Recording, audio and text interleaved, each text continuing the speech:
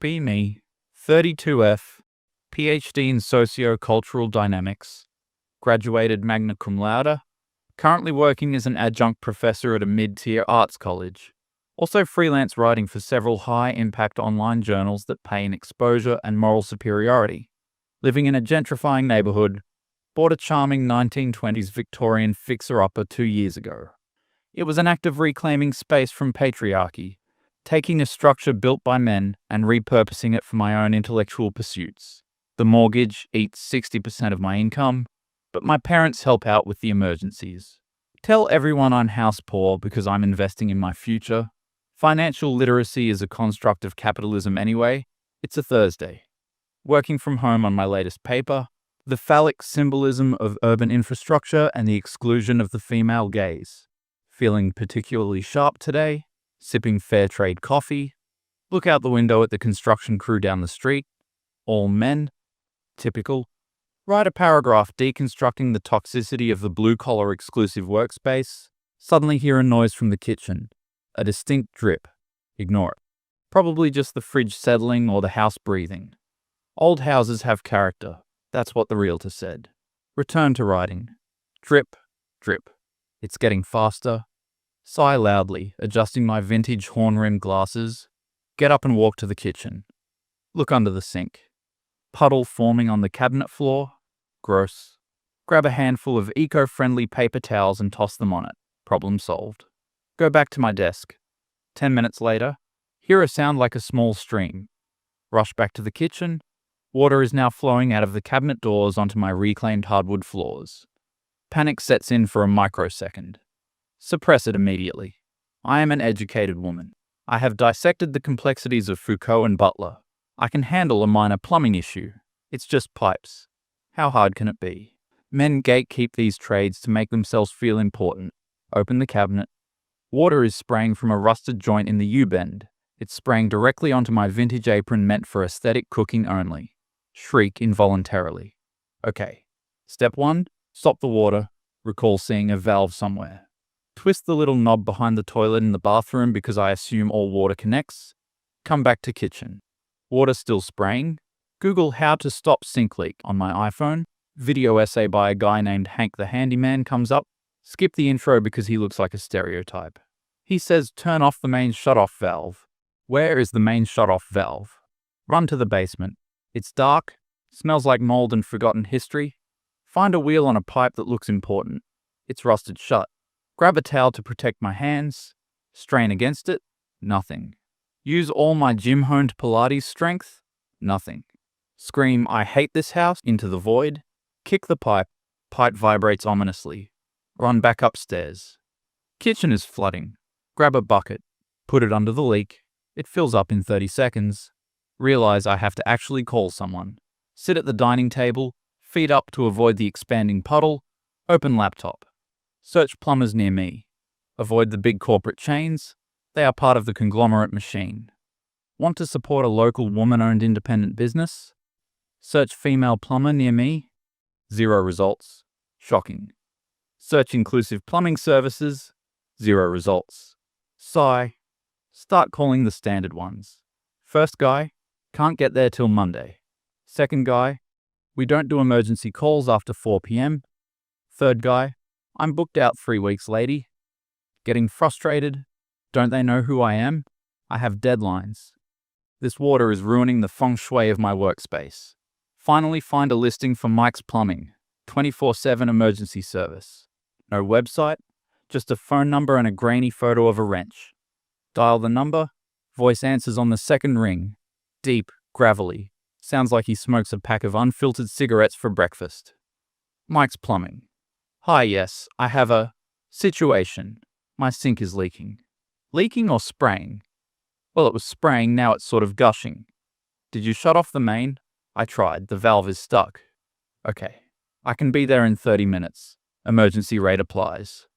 Roll my eyes. Of course, the capitalist surcharge. Fine, just get here. Name and address? Give him the info. Hang up without saying goodbye. Power move. Spend the next 45 minutes swapping buckets. Water is seeping into the hallway.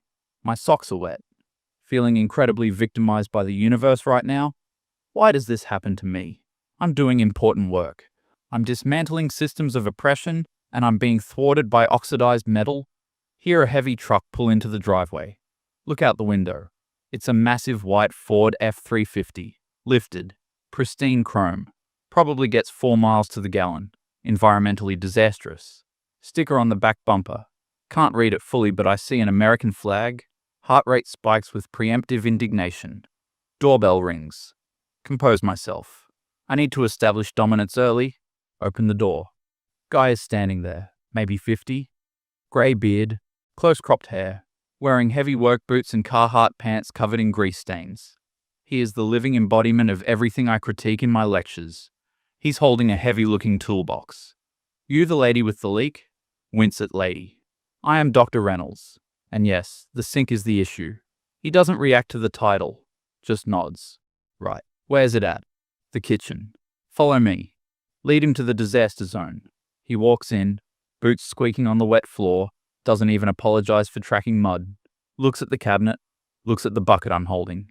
Okay, step back. He kneels down.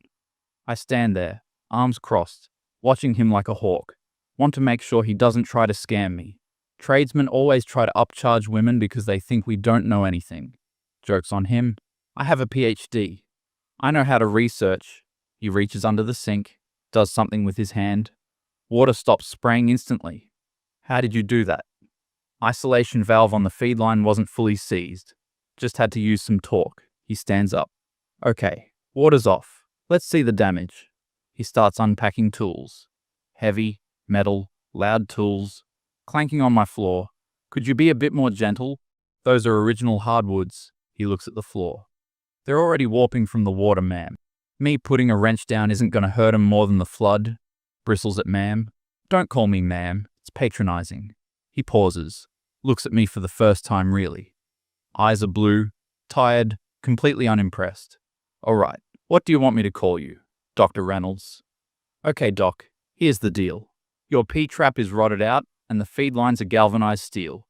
Probably original to the house. They're corroded all the way back to the wall. So just patch it. Can't patch rust. Needs to be replaced. I gotta cut out the old steel, run new copper or PEX, put in new stops, and a new trap. That sounds excessive. I've watched 3 YouTube shorts on plumbing in the last hour. It's just a leak. Can't you just use tape or sealant? He sighs. A long, weary sigh, like he's explained this to a toddler 1,000 times. Tape is for threads, not holes. You want it fixed, or you want me to leave and you can tape it yourself. The audacity. He's holding my house hostage because he has the specialized tools. Fine. Do what you have to do. But I'm watching you. Suit yourself. Just don't stand in the light. He gets to work, pulls out a reciprocating saw. Noise is deafening, vibrates the whole kitchen. I retreat to the doorway, pull out my phone, start typing a tweet. Currently being held hostage by a toxic tradesman who thinks he can mansplain hydrodynamics to me. The arrogance of the working class when they sense a power vacuum is staggering. Hashtag patriarchy, hashtag capitalism. Post it, get 35 likes instantly. Feel validated, walk back into the kitchen. He's wrestling with a pipe, sweat on his forehead, grunt of exertion. It looks barbaric. You know, I say, raising my voice over the clanking. It's interesting how society values this kind of labor over intellectual labor. He doesn't look up. Is that so? Yes. I mean, you're just moving water from point A to point B. It's simple physics. Yet you charge exorbitant rates while educators are underpaid. He stops twisting the wrench, looks at me. You think this is simple? Conceptually, yes. It's not quantum mechanics. It's tubes. He chuckles, a dry, humorless sound. All right, tubes. He goes back to work. I feel the need to educate him further. Have you ever considered the environmental impact of the materials you use? Copper mining is devastating to indigenous communities. Lady, Doc, I'm just trying to keep your basement from turning into a swimming pool. Can we save the lecture for after I stop the bleeding? I'm not lecturing. I'm engaging in dialogue. But I suppose you're not used to being challenged by a woman with superior credentials. He stops again, stands up slowly. He's tall, towers over me, wipes his hands on a rag. Credentials? Yes. I have a doctorate. In plumbing? No. In social dynamics. Uh-huh. Well, in the dynamic of this kitchen, I'm the one who knows why the water goes down, and you're the one standing in a puddle. So let me work. I am stunned, literally shaking. The disrespect. I storm out of the room, go to the living room, turn on the TV to distract myself, fume silently. He thinks he's so smart because he can turn a wrench. He probably barely finished high school. He probably voted for that guy. He probably thinks climate change is not real. I bet he goes home to a trad wife who cooks him steak. The thought makes me nauseous. I check my bank account. I have $650 in checking until the 1st. Money from the university hasn't hit yet. How much could this possibly be?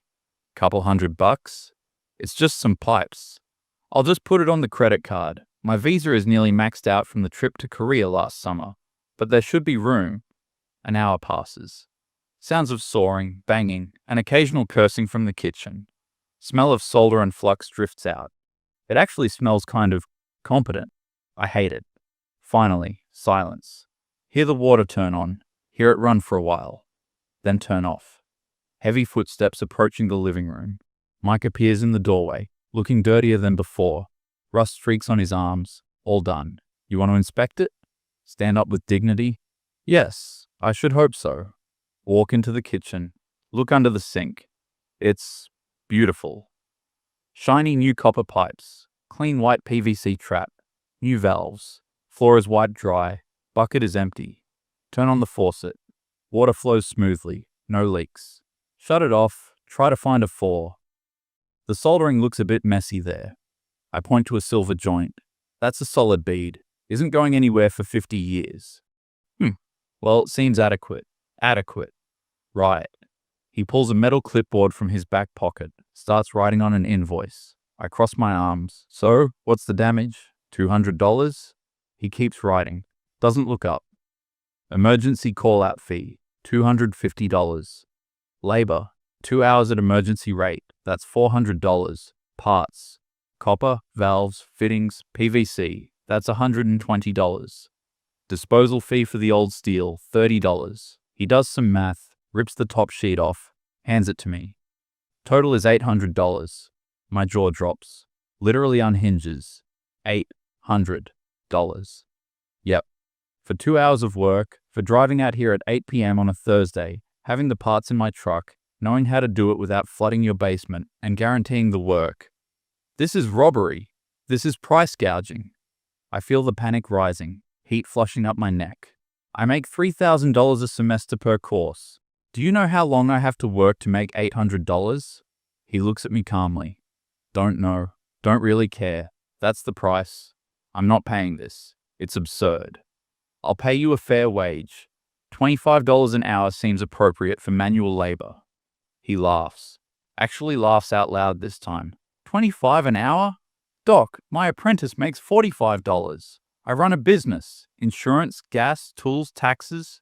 You aren't just paying for my time. You're paying for the 20 years it took me to learn how to fix your mess in 2 hours. My mess? The house is old. It's systemic failure. You ignored the leak. I saw the water damage on the wood. It's been dripping for weeks. You waited until it blew. That's on you. Caught in a lie. Stuttering. I have a very busy schedule. I contribute to the intellectual discourse of this nation. That's great. Does intellectual discourse fix pipes? You are an uneducated brute taking advantage of a single woman. He steps closer. Not threatening, just immovable. I've got a master's license. State certified. Bonded. Insured. I spent 5 years in trade school and apprenticeship. I've been doing this for 25 years. I'm not uneducated. I'm just educated in something people actually need. He points to the invoice. Payable upon receipt. Cash, check, or card. 3% fee for card. I stare at the paper. $800. I don't have $800 cash. If I put it on the card, I'll be over my limit. It will decline. The shame is creeping in. Cold, icy shame. I can't pay this right now. Voice drops to a whisper. Arrogance deflating like a punctured tire. Send me a bill. No billing for new customers. Policy. Too many people try to stiff me. He looks around the kitchen. Sees the expensive espresso machine. Sees the Le Creuset cookware, unused. Sees the iPad on the counter. You got nice stuff, Doc. You can afford it. It's all on credit, I burst out, tears stinging my eyes. The facade cracks. I have student loans. I have a mortgage. I'm an adjunct. I have no benefits. Start hyperventilating slightly. I have a PhD and I'm broke. He watches me crumble, doesn't offer a hug, doesn't offer comfort, just stands there holding the invoice. The silence stretches. The only sound is the hum of the refrigerator. He sighs again. Look, I can't walk away without payment. I already used the materials. I don't have it, I sob into my hands. Then you better call someone who does. The humiliation is total. I have to call my dad who told me not to buy this house. My dad who told me to get a degree in something practical.